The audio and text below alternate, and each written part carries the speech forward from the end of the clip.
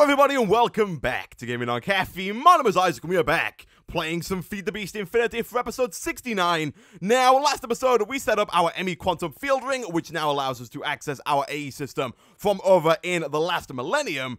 And since the end of last episode, I've gone ahead and done a few things. First of all, I made another ME crafting terminal, so we can now craft both in the overworld and over in the last millennium. And I've also gone ahead and started moving all of our Thaumcraft stuff from here in the overworld to the last millennium. If we go take a look real quick, we will see that it is right about there. Look at this. I think it looks really cool out here in the last millennium, all this Thaumcraft stuff.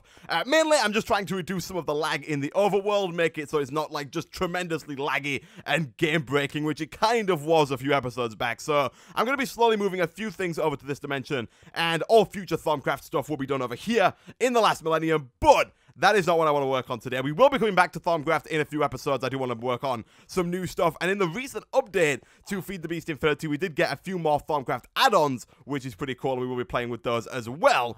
But for today, what I want to do is, first of all, go back to the overworld and teleport back home.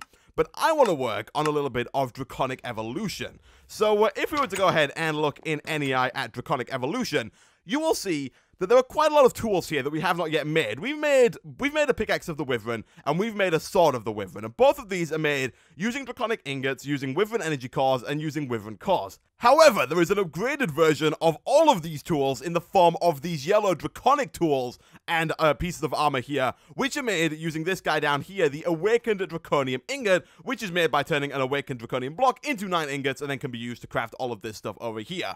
Now, the way that we get the Awakened Draconium Ingots, or should I say the Awakened Draconium blocks, is through a ritual that requires the Dragon Heart. And if we go ahead and look in the Draconic Tablet over here and scroll down to this guy, the Dragon Heart, it says dropped by the Ender Dragon and the Draconic Dragon, which we'll get to in a bit. It's your belief that this immensely powerful item may hold the key to unlocking the true power of the Draconium, Draconium, using an ancient ritual known as the Ritual of Awakening. The ritual, we have to drop the Dragon Heart, which is dropped on the ground when we kill either the Ender Dragon or the Draconic Dragon. We have to drop 4 to 16 Draconic cores on the ground, 4 per block of Draconium that we use. And again, I'll explain all this as we do it, because we are going to do this today.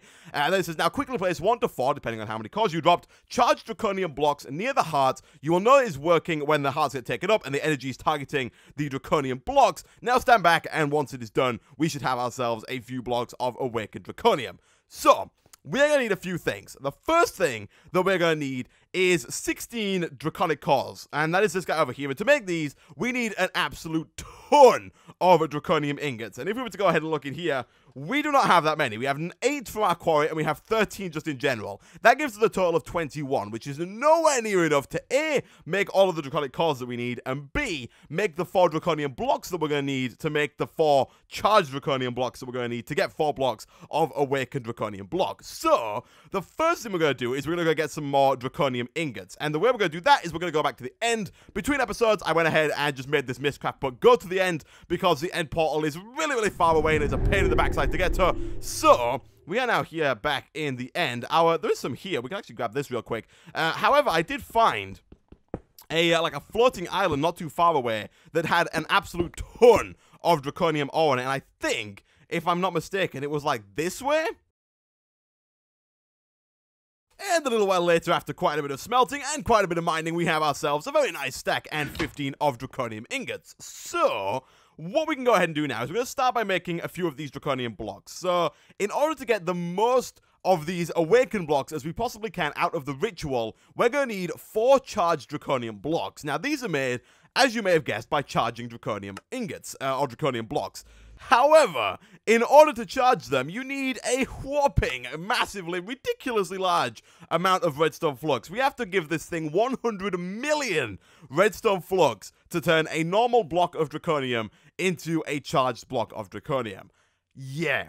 So the first thing I think we're going to do here is we're going to make some capacitor banks, because the capacitor banks from Ender.io form nice multi-blocks. They hold a lot of power, and also if you make multiple of them, they can transfer a lot of power at once, which is very nice, because we do have 100 million RF. We actually have 200 million RF in our Draconic storage unit back there, but transferring it into the Draconic blocks could be a bit of a challenge. So, in order to make these guys, we need 4 octadic capacitors, 4 electric steel, and some vibrant crystals. Vibrant crystals are somewhat easy to make if you happen to have some vibrant alloys, which we do.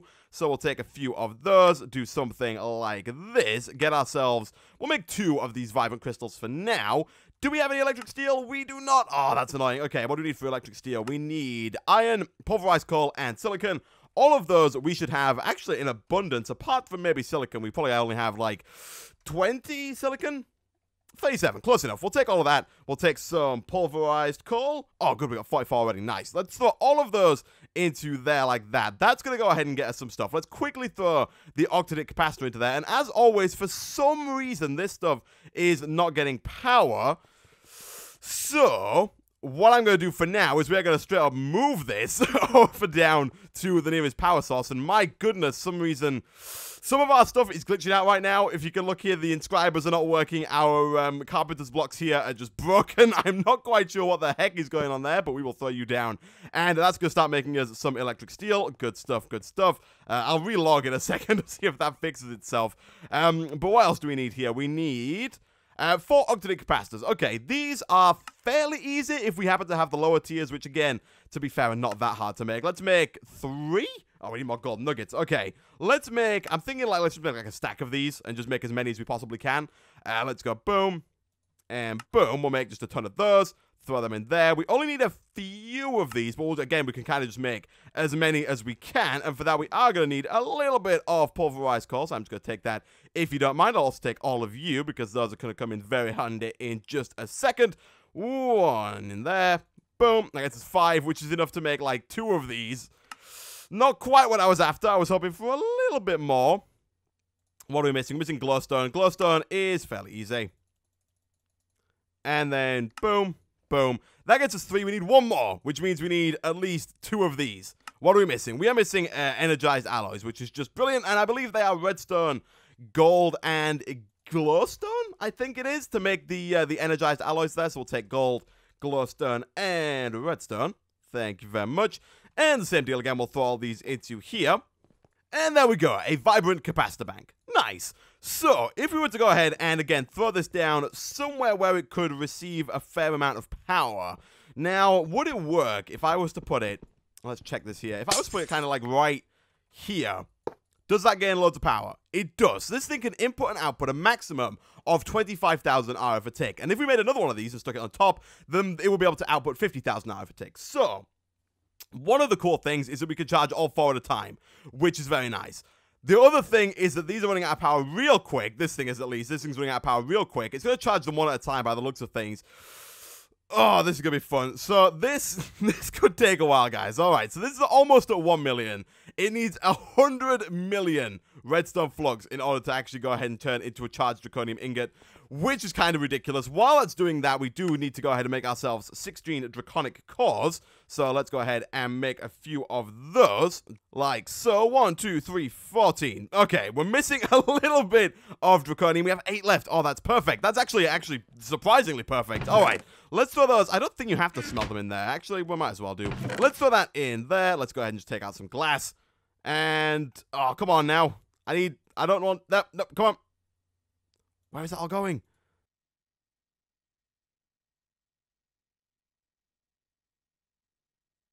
And there we go. 400 million redstone flux later. We now have 4 charged draconium blocks. That is a ridiculously large amount of power. So I did go ahead and make 2 more of these vibrant capacitor banks just so we could transfer 75,000 redstone flux per tick into these guys here, which apparently was still not really enough. That still took a ridiculous amount of time to fill up. I did also relog to the stairs, and the inscribers are now fixed as well, which is pretty nice. And I also went ahead and turned off the tesseract down here, so pretty much nothing but these guys were getting power. I can now go ahead and turn that back on and put our floor back down. And the next thing, or the final part, I guess, is to go and get the dragon heart. So to do that, we need to go and fight the end dragon. So let's go ahead and grab our draconic sword real quick, because I think this is the most powerful tool that we have with 20 attack damage plus 10% mob health. So let's take you. Let's fly on back to our portal to the end. And let's see if we can beat the end dragon. Now, I did lead the end dragon a little bit astray whilst I was looking for draconium, so I'm not quite sure if he's going to be here.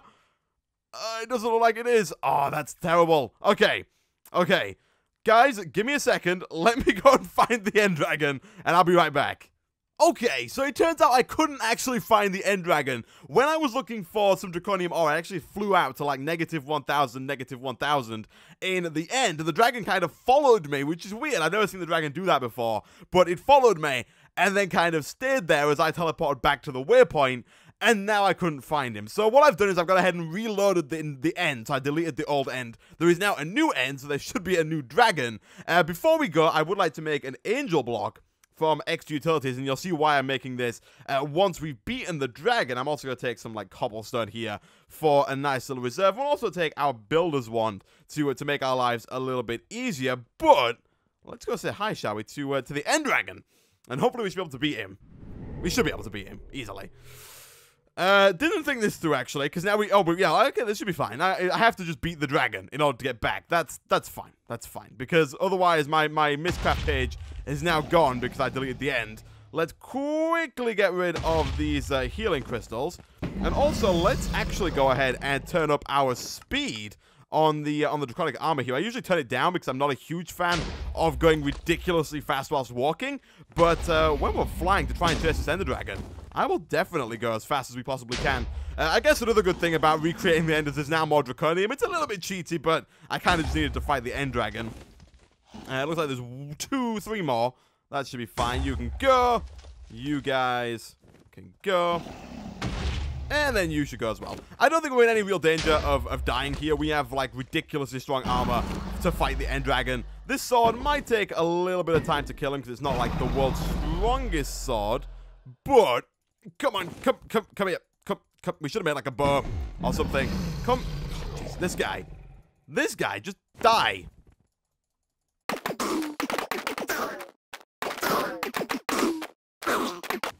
Okay, here we go. Here we go.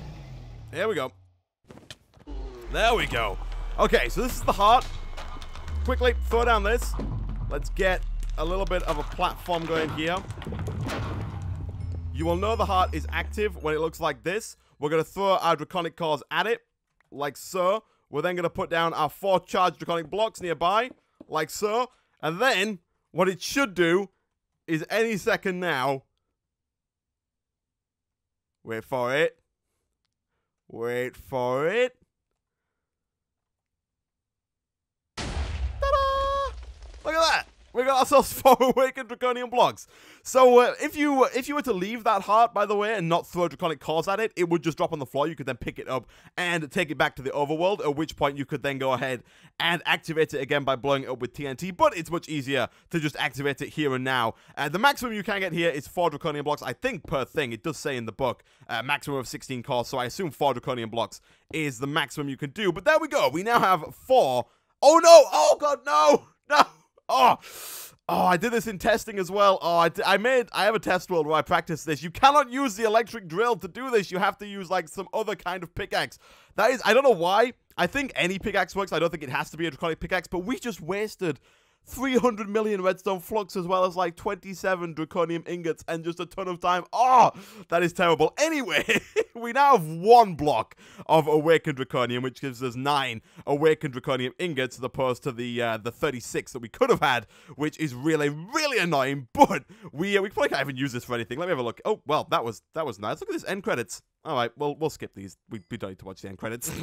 We're not ending here, guys. Let's have a look here. We see. So, if we want to make, say, the draconium sword, the next tier draconic sword, if I type in sword, this guy over here. To make this, we need what? 1, 2, 3, 4, 5, 6, 7, 8, 9, 10, 11 draconium ingots. So we can't even make that. That is massively annoying. Now, the downside is we can't fight the end dragon again. So we can't do that again. The good news is that there is another dragon, as I mentioned at the beginning of the episode, the draconic dragon, which is at, it's in the nether. Sorry, not in the nether. It's in the end at coordinates 10,000, 10,000. I also think at coordinates negative 10,000, negative 10,000.